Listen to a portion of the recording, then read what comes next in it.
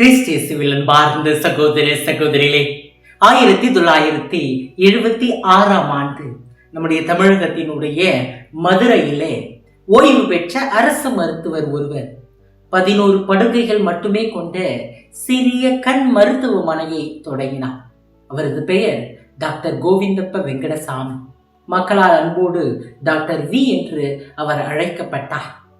கடுமையான மூட்டுவாதம் காரணமாக அவரது இரு கைகளும் வளைந்து சுருங்கி ஊனமாயிருந்தன. ஒரு பேனா கூட பிடிக்க முடியாத நிலையில் அவர் பல்லாயிரக்கணக்கான மக்களினுடைய கண்களை அறுவை சிகிச்சையின் மூலமாக குணமாக்கி இருக்கின்றார். ஏழை மக்களுக்கு கண் பார்வையை மீண்டும் அவர் தந்திருக்கின்றார்.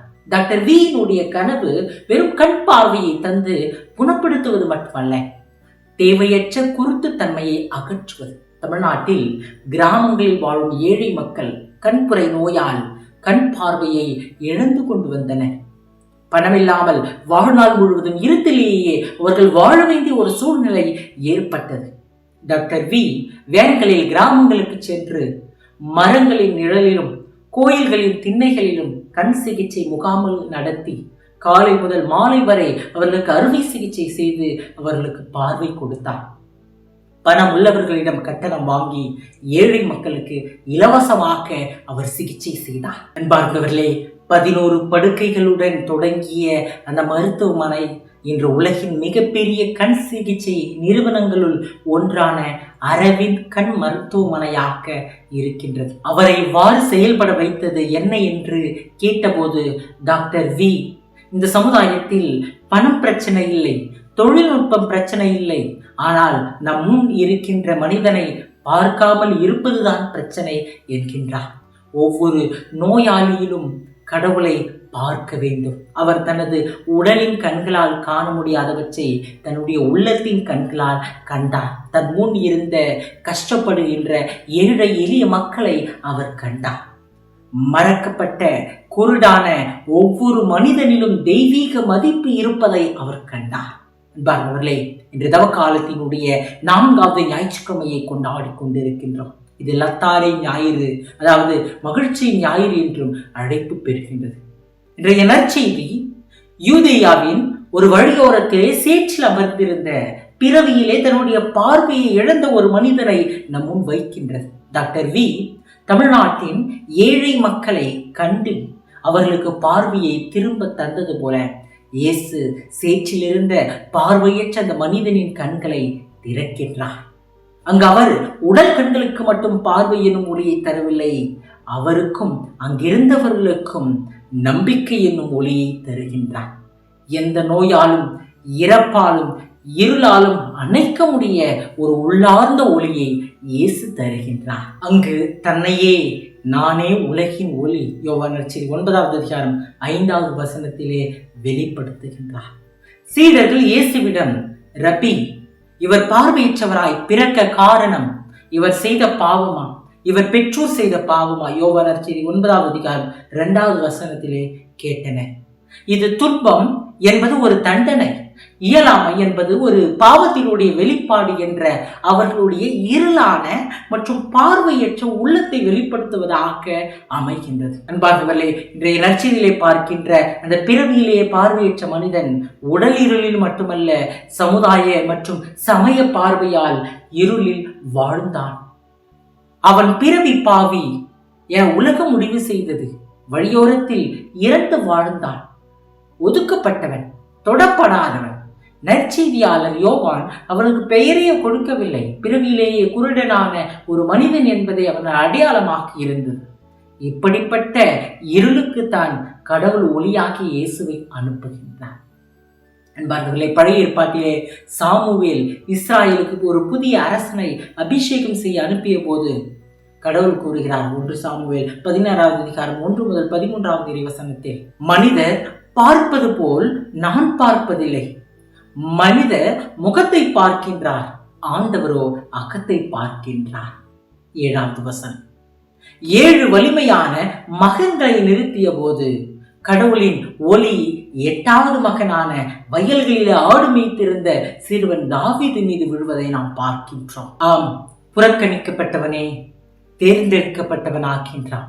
கடவுளின் ஒளி மனித இருளில் ஊடுருவும் என்ற கருப்பொருள் விவிலியம் முழுவதும் காணப்படுகின்றது. இஸ்ராயல் மக்கள் எகிப்தில் இருளிலும் அடிமைத்தனத்தில் இருந்தபோது கடவுள் மோசேயின் வழியாய் ஒளியை நோக்கி வழி நடத்தினார்.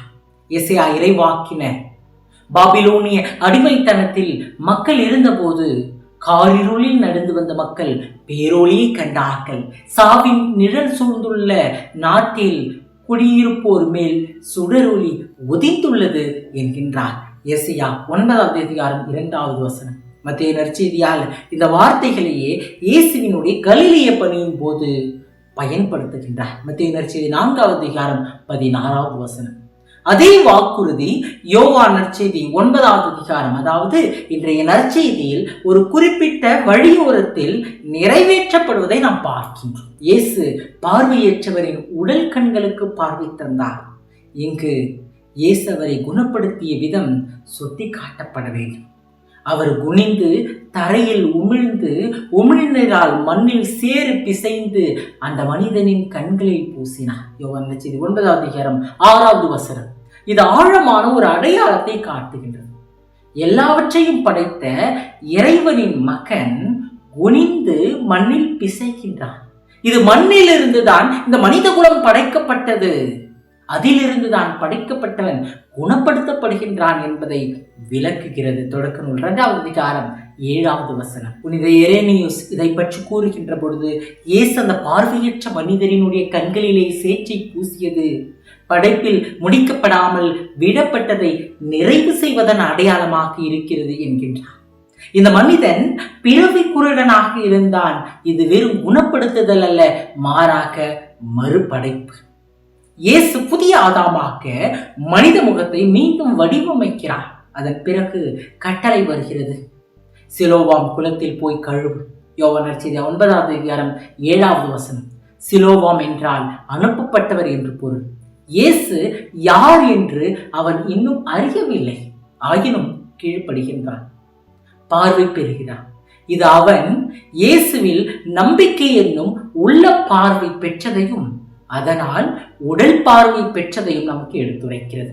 உடல் கண்கள் திறக்கப்படுவதை விட மிகப்பெரிய அற்புதம் ஆன்மீக கண்கள் திறக்கப்படுவது ஆகும். அவன் இயேசு மீது நம்பிக்கை கொண்டு உள்ள பார்வை பெற்றான். அதன் பிறகுதான் அவன் குலத்திற்கு சென்று உடல் பார்வையை பெறுகின்றான். அன்பார்ந்தவர்களே, அண்டை வீட்டார் யார் கண்களை திறந்தார் என்று அவனிடம் கேட்டபோது அவன் எளிமையாக சொல்கிறான், இயேசு எனப்படும் மனிதர். 11வது வசனம். பரிசேயர் விசாரித்த போது அவன் சொல்கின்றான், அவர் ஒரு இறைவாக்கினர். 17வது வசனம். தொழுகை கூடத்திலிருந்து வெளியேற்றப்பட்ட பிறகு இயேசு அவரிடம், நீர் அவரை பார்த்திருக்கிறீர், உம்மோடு பேசிக் கொண்டிருப்பவரே அவர் என்றார். அவர், ஆண்டவரே, நம்பிக்கை கொள்கிறேன் என்று கூறி அவரை வணங்குகின்றார். இந்த வளர்ச்சி ஒரு ஆன்மீக விழிப்பின் பிரதிபலிப்பு.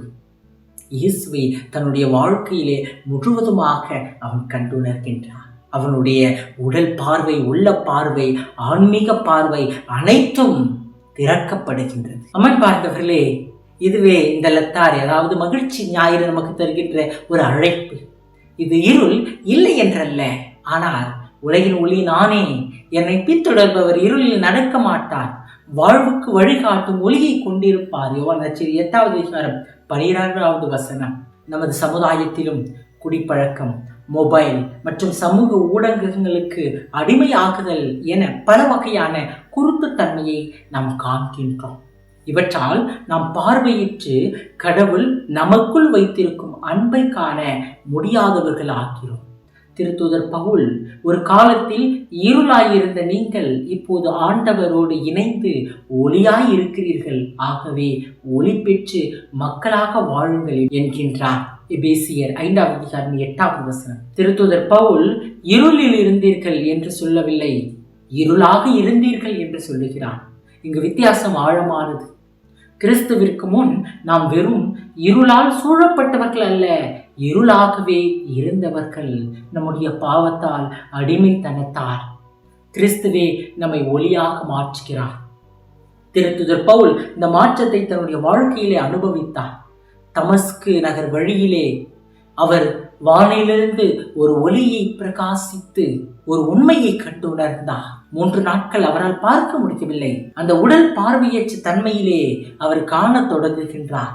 அனனியா வந்து அவர் மீது கைகளை வைக்க செபிக்க சவுலின் கண்களில் இருந்து செதில்கள் கீழே விழுகின்றன. திருத்துதர் பணிகள் 9வது அதிகாரம் 18வது வசனம். நம் ஆன்மீக குருட்டுத்தன்மை பெரும்பாலும் திடீர் இருட்டல்ல, இது செதில் மீது செதில். அதாவது தவறான எண்ணங்கள் மீது தவறான எண்ணம், கடினத்தன்மை மீது கடினத்தன்மை, நம்முடைய பாவத்தின் மீது பாவம். ஆம், இது மற்றவர் மீது கடவுளை காண முடியாத ஒரு நிலை. இன்றைக்கு நாமும் அடிமைத்தனம், பாவம், துன்பம், நோய் மற்றும் கவலை என்னும் இருளிலிருந்து ஒளியாம் இயேசுவை நோக்கி பயணிப்போம். இறைவன் நம் ஒவ்வொருவரையும் ஆசீர்வதிப்பார்.